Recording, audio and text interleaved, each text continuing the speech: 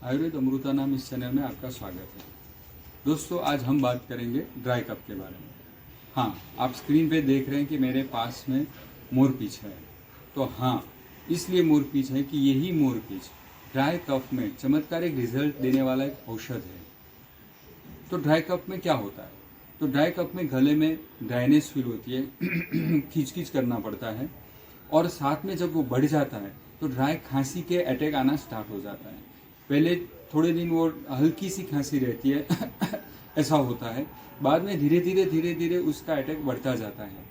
कई बार ये रोग बढ़ जाता है तब खास करके नवरात्रि में जागरण की वजह से वायु बढ़ता है, और उसके बाद आने वाली दीपावली में खाने पीने में सारी चीज़ें बदल जाती है, नींद कम हो जाती है, और फटाके के धुएं उसकी वजह से मैक्सिमम ड्राई कफ होता है, जिसको एलोपैथी में एलर्जिक कफ भी कहते हैं। सीजन भी डबल हो जाती है कि भी दिन में धूप रहती है और सुबह और रात को ठंड रहती है, उसकी वजह से ड्राई कफ की वृद्धि होती है।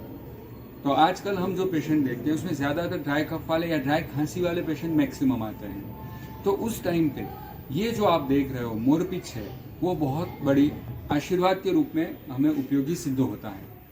तो जिन लोगों को ड्राई कफ का खांसी का अटैक आता रहता है, इन लोगों को क्या करना चाहिए?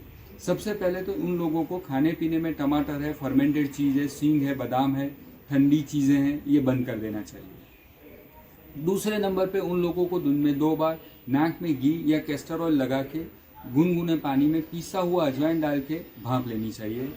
हाँ, जिन लोगों को ड्राई कफ है, खांसी है, उन लोगों को अगरबत्ती, धूप, spray, body spray, room spray, body lotion, इन सब से दूर रहना है। अब जो ज़्यादा अटैक आता है तो मोरपीच का क्या करना है? तो भगवान श्री कृष्ण जो मोरपीच रखते हैं तो उसके पीछे कई वजह थी। उनकी प्रकृति में भी वायु था, और ये जो मैं आपके सामने दिखा रहा हूँ वो मोरपीच वायु की बहुत बड़ी दवाई है। तो ड्राई कफ और ड्राई खांसी में क्या करना है ये मैं आपको बताने जा रहा हूँ। Keep a note. तो ये जो आपको दिख रहा है, ये जो मोरपीच का चंदरवा जैसा भाग है, तो यहाँ से उसको आप काट लीजिए।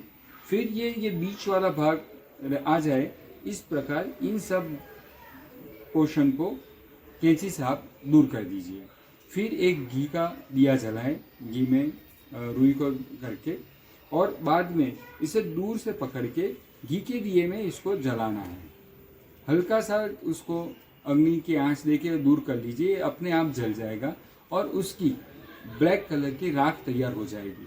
तो ये तैयार हो गया आपका औषध। इस राख को 2-3 बूंद शहद या घी के साथ मिक्स करके आपको चाटना है।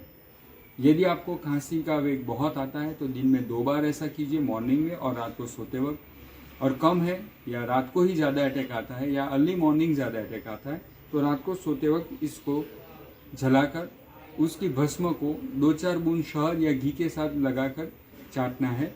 हाँ, बाद में कुछ पानी वगैरह नहीं पीना है। यदि दिन में लिया है तो ये चाटने के बाद 15-20 मिनट तक आपको पानी नहीं पीना है। तो ये प्रयोग करके आपको देखना है।